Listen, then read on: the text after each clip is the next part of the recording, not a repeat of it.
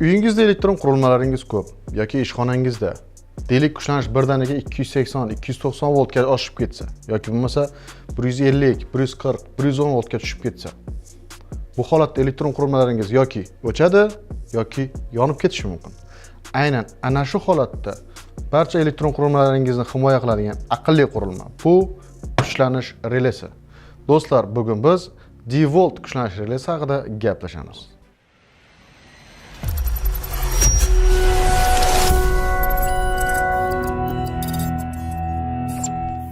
Assalomu alaykum do'stlar, men Zoir Kenjayev. Bugun siz bilan kuchlanish relesi qanday ishlaydi va nima uchun kerakligi, kuchlanish relesi aynan DeWalt kuchlanish relesining parametrlari, texnik xarakteristikalari, uni qanday ulash, qanday sozlash va test qilish haqida amaliy va fundamental gaplashamiz.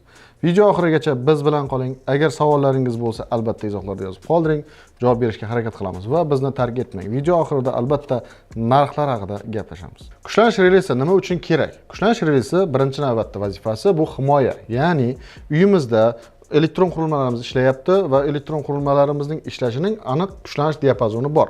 Deylik 170 voltdan 270 voltgacha. Lekin bizda asosiy kuchlanish 220-230 volt va kuchlanish o'shandan oshadigan bo'lsa yoki bo'lmasa skachka напряжение deyiladi. Ya'ni kuchlanish sekirishi bo'lib qoladigan bo'lsa, bizda qurilmalarimizda kuyish, ishdan chiqish yuzaga kelishi mumkin.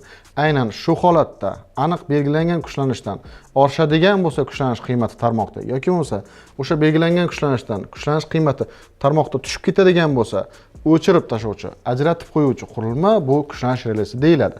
Deylik, qo'limdagi DeWalt kuchlanish relesi asosan ishchi kuchlanish oralig'i 170 voltdan 270 voltgacha. 270 voltdan oshadigan bo'lsa, ma'lum bir vaqt davomida tezda o'chiradi va uyingizni himoya qiladi. To'liq batafsil xarakteristikalari haqida uni o'zidan topishimiz mumkin. Demak, ochamiz. Bizda DeWalt kuchlanish relesi mana ko'rinishi bu bir fazaligi, buni 3 fazaligi ham bor. Hozir biz faqat bir fazaligi haqida gaplashamiz. Uni yonida mana o'zining qo'shimcha parametrlari bo'ladi. Yozilishi DP3 80 va A va uni 4 xil versiyasi bor. 40 amperligi, 63 amperligi va 80 amperlik. Hozir bizda 40 amperligi va 63 amperlik kuchlanish relesi bor. Va kuchlanish relesining yaxshi tomoni bor. Bu ham kuchlanish o'ynashidan, ham amperdan himoya qiladi. Ya'ni biz amperni ham belgilashimiz mumkin, chegarasini, kuchlanishni ham chegarasini belgilashimiz mumkin. Har bitta qutini ichida ochadigan bo'lsak, uni kichkinagina yo'riqnomasi chiqadi. Va yaxshi tomoni yo'riqnomasi rus tilida. Ko'pchilik qurilmalarimizda ingliz tilida bo'lsa, bunda asosan rus tilida tushunishingiz oson bo'ladi va harakat qilamiz. Quvvat YouTube kanaliga emas, Quvvat Telegram kanaliga aynan o'zbek tilida perevod qilingan variantini va rus tilidagi variantlarini joylab qo'yishga albatta Quvvat Telegram kanalidan topishingiz mumkin. Deylik, kitobchani ochadigan bo'lsak, undagi barcha xarakteristikalar nimani qilish mumkinligi berilgan. Xo'p, qaraydigan bo'lsak, buni asosan bir fazalik bizada hozirda 2 polyusligi mana bitta faza, bitta 0 ulangan 40-63 80 amperlik bor va kuchlanish asosan ishchi yuqori kuchlanishi diapazoni 230 voltdan 300 voltgacha, lekin tavsiya etiladigani 270 volt. Ya'ni 270 volt bu elektron qurilmalarimizni ishlashining, xavfsiz ishlashining maksimal chegarasi. Undan tepaga ishlasa xavf tug'ilishi mumkin, lekin qurilmani 300 voltgacha sozlashimiz mumkin. Pastki kuchlanish chegarasi 110 voltdan 210 voltgacha va tavsiya etiladi 170 volt. Ya'ni 170 voltgacha ishlasa elektron qurilmalarimiz xavfsiz ishlash berishi mumkin.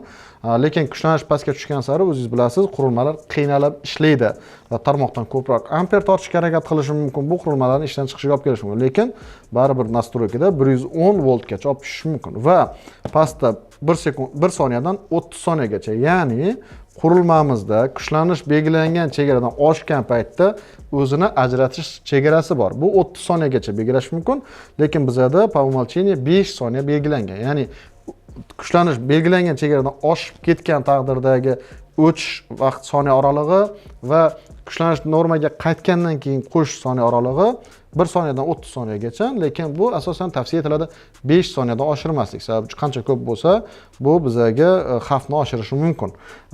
Endi biz aytganimizdek, amper uchun ishlaydigan bo'lsa, amperdan qo'shilish soniyasini oralig'ini ham o'sha 1.30 gacha belgilash mumkin va bu yerda chegara 500 soniyagacha borishi mumkin.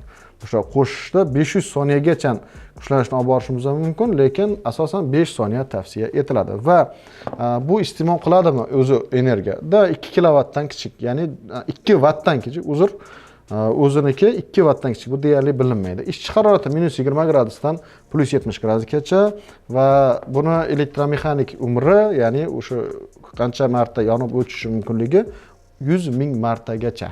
Va anchagina sizga ishlab bera oladi va texnik parametrlarda sozlamasi keltirilgan va aytib o'tishimiz kerak, o'zida belgilangan bo'ladi. In kirish tomoni, out chiqish, ya'ni input, output. Faqat e'tibor berish kerak, ulagan paytimizda faza bilan nolni aralashtira olmasligi uchun. Sababi 0 bu yerda to'g'ri o'tgan, u bilan bu ishlamaydi, faqat faza bilan ishlaydi. Shuning uchun ham o'shani adashtirib yubormaslik kerak bo'ladi. Endi buni ulash va sozlashga o'tamiz. Mana do'stlar, ulaganimizdan keyin qandaydir 5 soniya yoki 10 soniya sanaydi va ishga tushadi. Biz umumiy professional laboratoriyani tavsiya qilmayapmiz. Biz o'zimiz oddiy laboratoriya sizga videoda ko'rsatib berish uchun laterning chiqish qismiga relayni ulaganmiz. Fazani fazaga, nolni nolga va chiqishga rozetka qilib qo'yamiz. Hozir nagruska bilan ham o'lchab ko'ramiz. Birinchi, demak, kuchlanish relayimizni inputdan biz faza 0 ni ulaganmiz, outputda faza 0 chiqishga rozetkaga ulanyapti va bizda ikkita ekran bor. Bu kuchlanish ekrani bo'lsa, bu amper ekrani bo'ladi. Amperni va kuchlanish ko'rsatadi. Bu yerda hozir power yonib turibdi, ya'ni quvvat normal holatda turgani va bizda agar tepadagi signal yonadigan bo'lsa, qizil rangda yonadi, kuchlanish normadan oshib ketgan bo'lsa. Pastdagi yonadi, kuchlanish normadan tushib ketgan bo'lsa. Va amper bu yerda yonadi, amperimiz belgilangan, bergan amperimizdan oshib yoki tushib ketadigan bo'lsa. Xo'p, bu yerda 4 ta knopkamiz bor. Set bizda bosib turib o'zgartirishimiz uchun, bu oshirish, pastga tushirish va oxirida tasdiqlash uchun. Endi bir chekkadan boshlaymiz. Demak, sozlash uchun setni bosamiz. Bu birinchi kuchlanishni maksimal diapazoni. Biz uni oshirib borishimiz mumkin. Mana 270 to 300 gacha bu ko'tarib bera oladi. 300 gacha ko'tarib bera oladi. Keyin yana 230 ga tushadi. Shuning uchun biz asosan tavsiya etiladigani 270 volt. Biz hozircha mayli 270 ga chiqarib qo'yaylik. Tavsiya etiladigani 270 volt. Bu elektron qurilmalar uchun xavfsiz. Endi keyingiga o'tish uchun setni yana bosamiz. Bu endi eng minimal kuchlanishga. Bu asosan tushadigani 110 voltgacha tushadi. Men hozir ko'rsatib beraman. Shu keladi. 110 voltgacha mana ko'tarib beradi, keyin ajratadi va endi o'sha joyda biz tekshirish uchun o'zida tavsiya etiladigan 170 voltga qo'yamiz. Bu elektron qurilmalarimiz uchun o'sha xavfsiz chegara hisoblanadi. Setni bosamiz. Endi bu o'zini o'sha belgilangan kuchlanishdan oshib yoki tushib ketgan paytda ajratish vaqti mana T turibdi. Biz 1 soniya qo'ydik, lekin 5 soniya qo'yish tavsiya etiladi. Xavfsizlik uchun deylik 3 soniya qo'ydik mana. Xo'p, 1 soniya qo'ya qolaylik. Keyingiga o'tamiz. Endi bu keyingi qo'yadiganimiz o'sha kuchlanish normadan oshib ketgan paytda nima deydi? Biza necha amper berishimiz kerak, ya'ni pastki liniya ishlayapti. Ko'rayotgan bo'lsanglar, mana amper ishlayapti. Bu ishlaydigan amperi hozir bizda 63 amperlik bo'lgani uchun maksimal 63 ampergacha chiqa oladi mana. Va yana tushyapti. Keling biz boshlanishiga 15 amperga qo'yaylik. Mana qolagan amperga qo'yish mumkin, faqat aniq o'sha iste'moldan kelib chiqqan holatda amperni tanlab olishimiz kerak. Ixtiyoriy amperni emas. Bu maksimal 63 ampergacha ko'tara oladi. Keyingiga o'tdik. Endi bu T1, ya'ni T bo'lyapti. O'sha amperimiz 15 amperdan oshgan paytda necha soniyada o'chirishi. Buni ham 5 soniya tavsiya etiladi. Davay keling 1 amperga 1 soniyaga qo'yib qo'yamiz. Tavsiya etiladigan 5 soniya, lekin 3 soniya, 5 soniya o'z vaziyatdan kelib chiqib qila olasiz. Va endi bu T0 1 ga keladigan bo'lsak, bu nima deydi? Qaytadan qo'shish uchun, ya'ni o'chdi, kuchlanish normadan oshdi, tushdi yoki amper normadan oshdi, qaytadan qo'shish uchun necha soniya kerak bo'ladigan bo'lsa, 3 soniya deylik. Mayli. Va mana bo'ldi. Biz boshlanish boshiga qaytib keldik. Endi oxirida mana shuni bosishga OKni bosdik, endi qabul qildi. Keling endi buni tekshirib test qilib ko'ramiz. Demak, bizda havoni qizdirgichimiz bor. Endi bu mana ishlayapti. Oshirib olamiz maksimalga, mana ventilyatsiyadan. Bizga ko'rsatyapti mana kuchlanish va nagruska necha bo'layotganligini. Nagruskani yana oshiramiz. Demak, 6 amper nagruskada ishlayapti. Maksimumga qo'yamiz. 6 amper. Biz tekshirishimiz uchun amperda buni 4 amperga tushira olishimiz kerak ekan. Tak, hop. Nagruskimizda turibdi. Endi maksimalda turganda kuchlanishni oshirib ko'ramiz. Later bilan kuchlanishni oshiryapman. Biz esingizda bo'lsa 270 voltga qo'ydik kuchlanishni, amperni, kuchlanishini.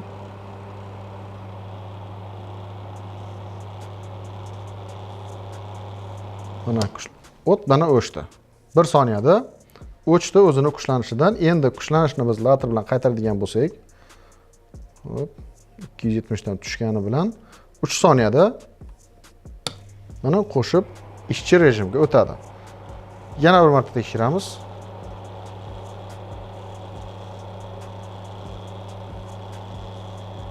Mana уже 270 ni o'zida o'chdi, lekin 290 gacha borgan. No, bizaga 270 ni o'chirdi. Soat 1 soniyaga qo'ydik. Mana kuchlanish tushdi. Mana obratni qo'shyapti. 3 soniyaga qo'yganmiz. Siz buni 5 soniyaga qo'yish tavsiya etiladi, чтобы tez yonib o'chirmasligi uchun. Xo'p, endi pastga zonani tekshiramiz. Kuchlanishni tushiryapmiz. Boya esingizda bo'lsa 170 ga qo'ydik. Tak. Mana 5 amper nagruska o'tdi. 170 dan tushdik. O'chirdi. Qo'shamiz endi. Mana yana 3 soniyada qo'shyapti. Kuchlanish tushiramiz 170 dan. O'chirdi. Kuchlanishni oshiramiz. 3 soniyada qo'shadi. Bu yerda nima uchun vaqt qo'yishimiz kerak va nima uchun bizada 270 ga tushgan bilan sirazi qo'shmayapti? Buning sababi bor. Bu yerda gisterezis degan narsasi bor. Ya'ni maydonda kuchlanish 270 ni o'zida emas, shuni sal pastroq tushgan paytda bu 10 voltdan 30 voltgacha bo'lishi mumkin.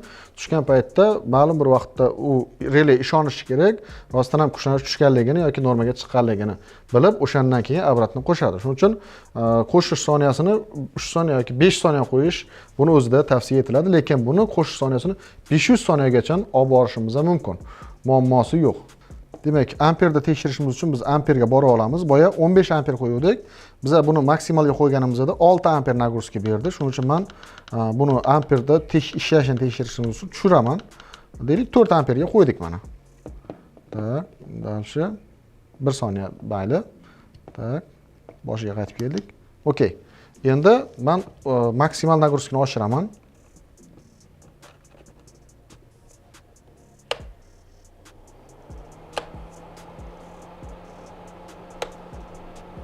Mana.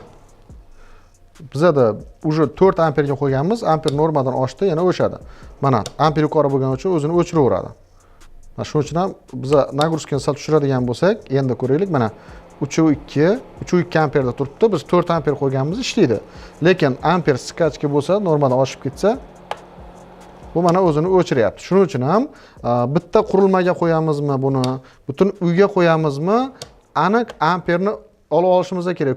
Do'stlar, amperni to'g'ri qo'yish nima uchun kerak? Mana hozirgi holatda ko'pchilik joyda quyosh panel, invertorlar o'rnatilyapti va uyda konditsioner qo'shilyapti yoki boshqa narsalar qo'shilyapti va boshlang'ich holatda relay nastroykada qolib ketgan. Deylik, qandaydir bir 10 amperda yoki bo'lmasa 15 amperda yoki 40 amperda qolib ketgan. Siz u yerga 50 kilovat quyosh panel qo'ygansiz yoki 30 kilovat va mana shuning natijasida umumiy amper oshib ketyapti va relay yoqib o'chirib turaveradi, hozir siz ko'rganingizdek. Keyin muammo nimada? Invertordami, kontaktdami deb ko'pchilik o'ylanib, har xil joylarni tekshiraveradi. Shuning uchun birinchi navbatda markaziy kirishdagi relayni bitta tekshiring, necha amper nagruskaga mos kelyaptimi, yo'qmi? Shunda hammasi hal bo'ladi. Va divolt haqida gaplashadigan bo'lsak, biz hozir kuchlanish sozlamasini o'rgandik, do'stlar. Ulanishni o'rgandik va amperga, voltga tekshirdik. Ishlayapti. Ko'rayotgan bo'lsanglar, ancha nadyojniy, o'zini to'liq texnik parametrlarga to'g'ri javob beradi va buni hozir biz aytganimizdek boya 40 amper, 63 amper va 80 amperligi bor. Qayerga qo'yishimiz kerak? Agar o'zingizni P EU cosinus formulaga qo'yadigan bo'lsangiz, necha kilovat nagruskaga ko'tarishini shuni hisob-kitob qilib olsangiz bo'ladi. Lekin 40 amperligini asosan kichkina xonadonlarga, konditsioner bo'ladigan bo'lsa yoki yoritish lampalari, mana shunday umumiy mana shunday o'zini quvvatiga mos keladigan joylarga qo'yish tavsiya etiladi. 63 amperliklar bu xonadonlarga yoki bo'lmasa 10 kilovatlik invertorlarga va o'shanga 10 kilovat atrofidagi quvvatga mos keladigan qurilmalarga moslab qo'yishimiz kerak. 80 amperligi bu endi kattaroq obyektlar, sanoat obyektlari yoki stanoklar, mana shunday 20 kilovatga mos keladigan invertorlarga albatta 80 amperligini qo'yish tavsiya etiladi. Yana bitta muhim narsaga e'tibor beramiz. Bu yerda unga mos keladigan kabelni tanlash va uni avtomat bilan ishlatish. Ya'ni kuchlanish relesi har qanday holatda agar xonadonga kirishga qo'yadigan bo'lsangiz, birinchi glavniy avtomat turadi. Glavniy avtomatdan keyin kuchlanish relesi turadi. Demak, biz kabel secheniyasini nagruskadan kelib chiqqan holatda avtomat bilan moslab tanlaymiz va kuchlanish relesi avtomatdan keyin turadi va bitta narsaga e'tibor beramiz. Deylik, avtomat biz 16 amperlik tanlaydigan bo'lsak, demak kuchlanish relesini 20 amperlikka moslashimiz kerak. Ya'ni har qanday holatda 20-30% kuchlanish relesida zapas bo'lishi kerak hisoblanadi. Buni albatta unutmang. Shu yerda yana bitta savolga javob berib ketsak, montaj ishlarida ko'pchilik so'raydi, 3 ta bir fazalik relay qo'yishimiz kerakmi yoki bitta 3 fazalik relay qo'yishimiz kerakmi?